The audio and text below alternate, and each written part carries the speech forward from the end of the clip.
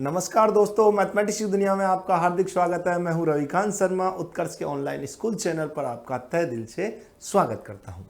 दोस्तों, आज अपन चर्चा करेंगे जो राजस्थान बोर्ड अजमेर ने 12th क्लास यानी कि 12वीं कक्षा में जो सिलेबस आपका हटाया गया है और उसके बाद क्या क्या टॉपिक हटाए गए हैं और उसके बाद क्या क्या टॉपिक अपने को पढ़ने हैं, उन पर आप बात चर्चा करेंगे। बहुत से विद्यार्थी इस विषय को लेकर काफ़ी चिंतित थे कि सर क्या क्या टॉपिक हमारा हट गया है, तो मैं उनके लिए बता देता हूं दोस्तों, बहुत ही अच्छा हुआ है। 40% सिलेबस कम कर दिया गया है, यानी कि आपको जहां 100 नंबर के लिए 100% सिलेबस पढ़ना पड़ रहा था, वहां केवल 60% पढ़कर ही अब आप 100 नंबर ला सकते हो। दोस्तों, अब अपने लिए बहुत ही आसान हो गया है 100 नंबर प्राप्त करना। तो आज चर्चा करते हैं अपन कि कौन कौन से टॉपिक हटाए गए हैं, क्या क्या अपने को पढ़ने हैं, क्या क्या अपनी रणनीति रहेगी, उन सभी पर चर्चा आज अपन करेंगे। तो दोस्तों, परीक्षा 2021 के लिए सिलेबस है, यानी कि 2021 में जो आपका एग्जाम होने वाला है 12th क्लास का, उसके लिए ये पाठ्यक्रम पर जो है उसके बारे में अपन चर्चा करेंगे दोस्तों। तो दोस्तों, ये अपना 12th class Rajasthan board Ajmer द्वारा जारी की गई ये बुक आपको ये दिख रही है। इसका ऊपर का पृष्ठ आपको दिख रहा है, इस प्रकार की बुक आपकी रहेगी। इसका विषय कोड आपको दिख रहा है, 15 नंबर इसका विषय कोड रहेगा। आगे दोस्तों अपन चर्चा करते हैं कि अब इसके लिए अलग से बुक कोई आएगी क्या सर इस सिलेबस की 40% को काट करके? नहीं, राजस्थान बोर्ड द्वारा जारी जो किताब है वही आपको पढ़नी है और उसमें से क्या क्या टॉपिक हटा दिए गए हैं उनको आप लोग थोड़ा सा देख लीजिएगा। अब इसके बाद विचार बनता है सर कि ये प्रश्न पत्र है वो कितने पेपर होने वाले हैं। तो एक ही परीक्षा दोस्तों इसकी होगी, यानी कि 2 पेपर नहीं होंगे, फर्स्ट पेपर और सेकंड पेपर नहीं, केवल एक ही परीक्षा होगी।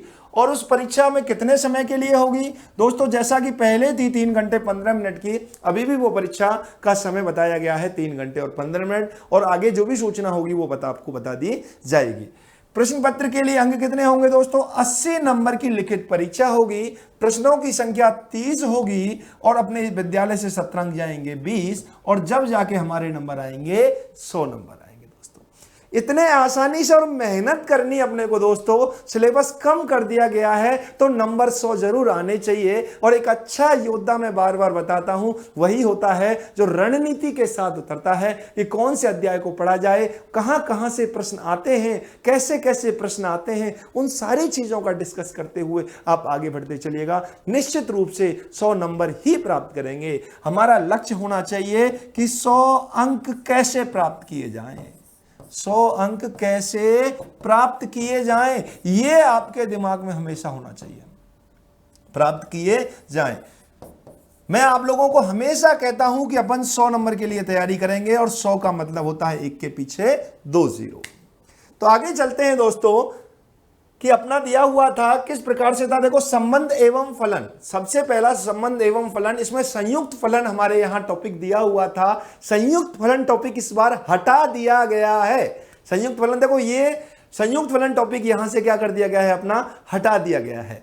अपना संबंध एवं फलन दिया हुआ है, और संबंध एवं फलन में दोस्तों हम चर्चा जो करेंगे इस बार, केवल प्रतिलोम त्रिकोणमितीय फलन, इनवर्स ट्रिग्नोमेट्रिक फंक्शन के बारे में अपन बात करेंगे, ITF के बारे में अपन चर्चा करेंगे, बिल्कुल डिटेल में चर्चा करेंगे।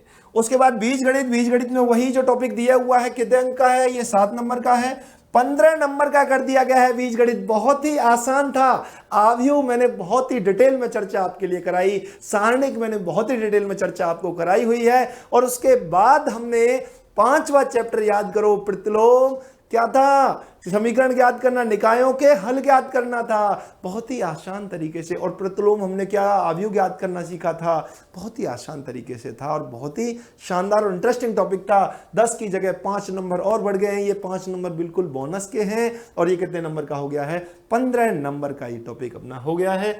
उसके बाद कलन, और कलन में भी अपना क्या, अवकलन और समाकलन कितने नंबर का है, 35 नंबर का अपना टोटल पोर्शन रहेगा।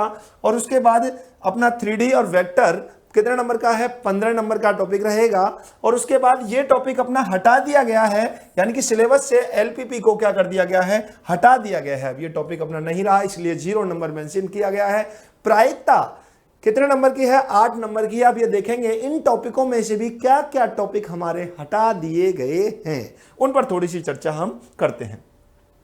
ये जो जैसा कि पहला आप देख रहे हो संयुक्त फलन, जो पहला चैप्टर था 3 नंबर का हुआ करता था, वो चैप्टर बिल्कुल ही हटा दिया गया है।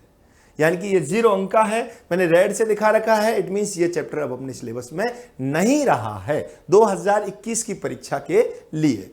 आगे चलते हैं तो अब अपने को क्या है, सेकंड चैप्टर एजिटिज पढ़ना है। और दोस्तों देखिए बहुत ही बढ़िया स्कोरिंग 7 मार्क्स का है, स्कोरिंग टॉपिक है। 7 में से 7 ही लेकर के आने हैं। मुश्किल से 6 या 7 क्लास में आपको पढ़ाऊंगा। 5 और 6 क्लासों में इसको क्या कर देंगे, 5 या 7 क्लासों में इसको फिनिश कर देंगे विद बोर्ड के क्वेश्चंस के साथ जो आप तक पूछे हुए हैं। एक एक क्वेश्चंस पर डिस्कस करते हुए अपन क्या करेंगे, इसको चर्चा करते हुए इस टॉपिक को खत्म करेंगे। बहुत ही ये 7 नंबर अपन आसानी से ले सकते हैं। बिल्कुल आगे चलिएगा। नेक्स्ट चलते हैं आव्यूह। तो आव्यूह में अपना जो आव्यूह था मैंने एक एक डिटेल में आपको पढ़ाया हुआ था। बहुत ही आसान और बहुत ही जोरदार था।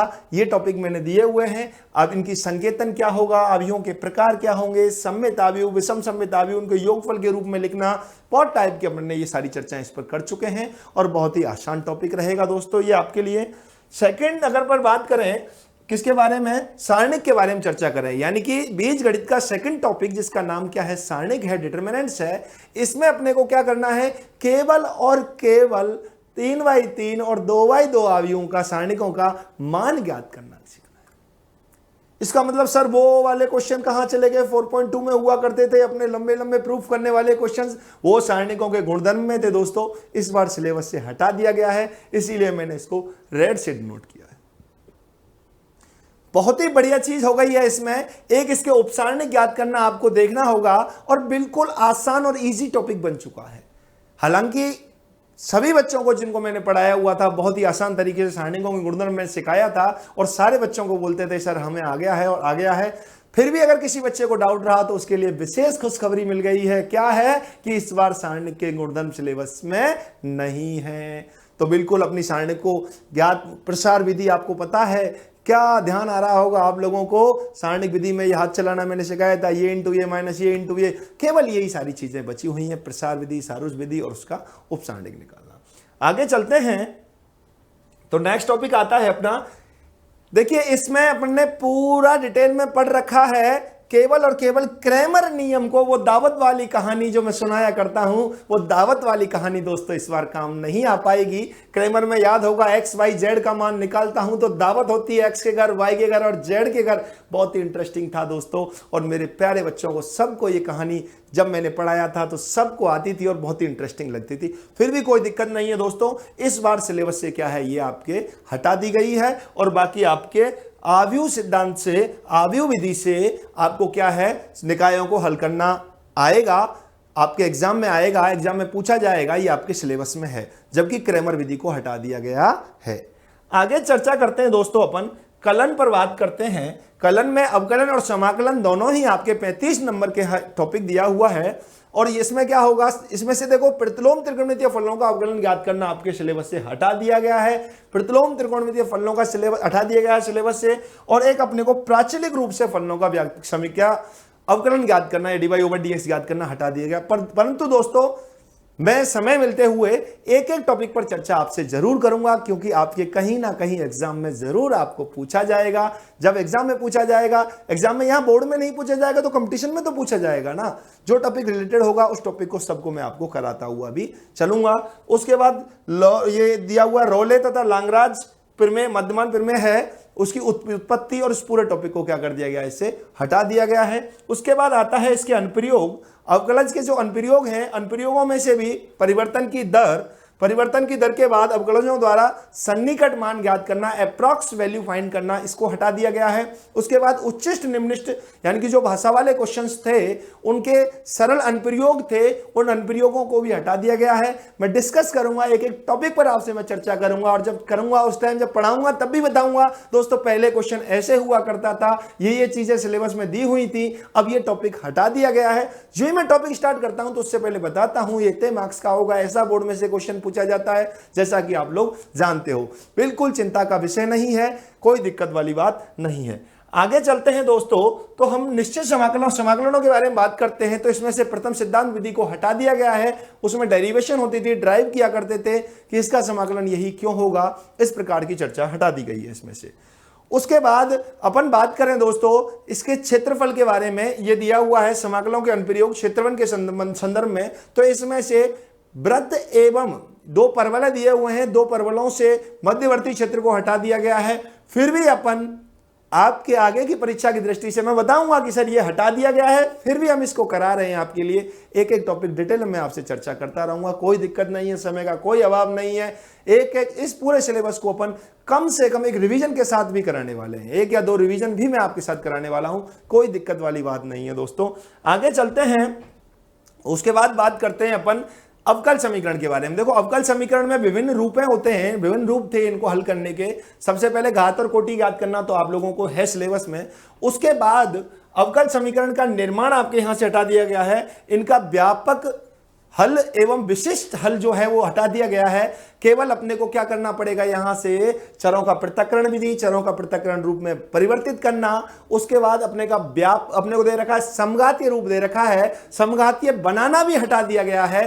रैखिक अवकल समीकरण दिया हुआ है, रैखिक अवकलन समीकरण में भी dx ओवर dy वाली फॉर्म एक होती है, जब मैं आपको पढ़ाऊंगा तो वो सिलेबस से हटा दिया गया है। dx over dy plus px equal to q, तो ये वाली फॉर्म हटा दी गई है, तो केवल रह गई है सिलेबस में dy over dx plus py equal to q। और देखेंगे P क्या है, Q क्या है, सारी चर्चाएं जब पढ़ाऊंगा मैं आपको, जब चर्चा करूंगा एक एक बिंदु पर मैं आपसे चर्चा करूंगा। उसके बाद दोस्तों आगे गए हम तो अपना आता है वेक्टर सदिश में ट्रिपल प्रोडक्ट, वो बिल्कुल सिलेबस से हटा दिया गया है। 3 सदिशों के अदिश गुणन और सदिश गुणन को सिलेबस से हटा दिया गया है। हालांकि सदिश के प्रयोग से त्रिभुज का क्षेत्रफल ज्ञात करना भी हटा दिया गया है, परंतु जो जो अपने काम का होगा उससे रिलेटेड होगा। जब मैं आपको सदिश गुणन सिखाऊंगा तो त्रिभुज का क्षेत्रफल या समांतर चतुर्भुज का क्षेत्रफल भी हाथों हाथ बताता हुआ चलूंगा, ऐसी कोई समस्या वाला विषय नहीं है। वहां उस रास्ते में, जैसे किसी रास्ते से गुजरते हुए जा रहे हैं और उस रास्ते में अपने को कोई चीज मिलती है तो उसको बताते हुए चलेंगे, ये नहीं था, परंतु फिर भी आप इसको समझिए, कोई दिक्कत वाली बात नहीं है। आगे चलते हैं दोस्तों, उसके बाद आता है अपना 3D में समतल को यहां से हटा दिया गया है। रेखा और समतल दो हुआ करते थे, समतल को हटा दिया गया है। फिर भी उनके मध्य का कोण ज्ञात करना हटा दिया गया है। फिर भी समय का दरकिनार रखते हुए जरूर अपन इस पर चर्चा करेंगे। आगे चलते हैं दोस्तों, तो अपने को एक रैखिक प्रोग्राम में समस्या करके एक अध्याय हुआ करता था चैप्टर नंबर 15, तो इस चैप्टर को आपके सिलेबस से हटा दिया गया है बिल्कुल। तो कितने अंक का हो गया ये? 0 अंक का। क्यों? क्योंकि ये सिलेबस में ही नहीं है। आगे चलते हैं दोस्तों, अपना लास्ट टॉपिक रहता है प्रायिकता। देखिए, प्रायिकता अपने यहां पर सबसे पहले सह प्रतिबंधित प्रायिकता हुआ करती थी 16.1 में, तो वो अपने टॉपिक है। उसके बाद प्रायिकता गुणन और स्वतंत्र घटनाएं हुआ करती थी, वो अपने टॉपिक में है। उसके बाद वेरी इंपॉर्टेंट क्वेश्चन हुआ करता था वेज प्रमेय का, और वेज प्रमेय को आप देख पा रहे हो इस बार सिलेबस से हटा दिया गया है। उसके बाद यादृच्छिक चर प्रायिकता बंटन, उनसे माध्य एवं प्रसरण ज्ञात करना हुआ करता था, तो यादृच्छिक चर को और प्रायिकता बंटन को रखा है, परंतु माध्य और उसका प्रसरण उसको हटा दिया गया है। फिर एक लास्ट हुआ करता था 16.5, और जिसमें दिया हुआ था क्या? बर्नौली प्रमेय, और बर्नौली प्रमेय को भी, बर्नौली यादृच्छिक परीक्षण जो दिया हुआ है उस बर्नौली को भी सिलेबस से हटा दिया गया है।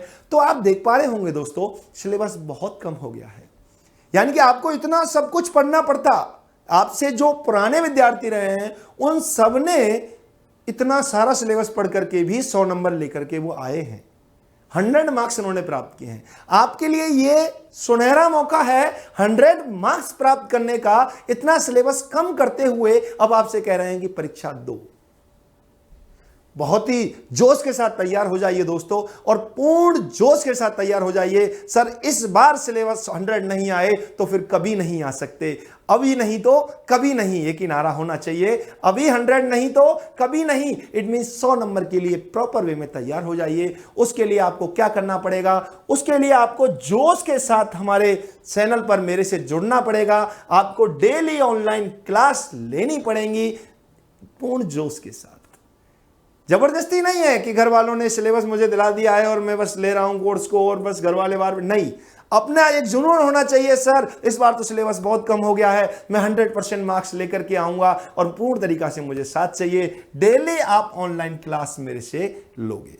जो ही आप क्लास ऑनलाइन लोगे, क्लास लेने के जस्ट बाद ही आपको क्या मिल जाएगी? एक PDF मिलेगी जो कि नोट्स होंगे उस टॉपिक से संबंधित।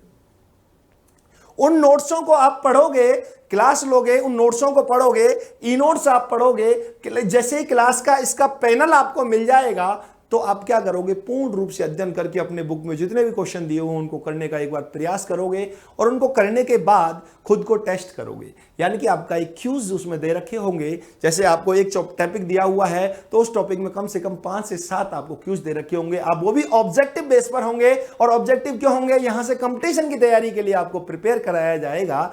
आपको जैसे ही क्वेश्चनों में आप देखोगे कितने क्वेश्चन आप कर पा रहे हो, 100% आप क्वेश्चन कर पा रहे हो तो आपको वो टॉपिक 100% समझ में आ रहा है।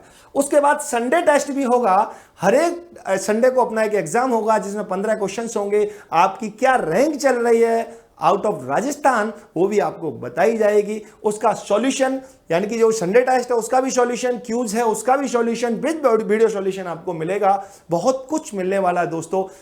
जैसे ही टॉपिक खत्म होता है, जैसे ही चैप्टर खत्म होता है, आज तक परीक्षा में कैसे कैसे प्रश्न इस टॉपिक से पूछे गए हैं उन सब पर ही मैं चर्चा आपसे कराता हूं दोस्तों। बहुत ही मेहनत करने वाले हैं, जोश के साथ आप तैयार रहिएगा दोस्तों। आपका तहे दिल से मुझे इंतजार है आपकी इस मेहनत का, और मुझे उस दिन का इंतजार है जब अपने बच्चे सभी क्या लेकर के आएंगे, 100 मार्क्स लेकर के आएंगे। Thank you.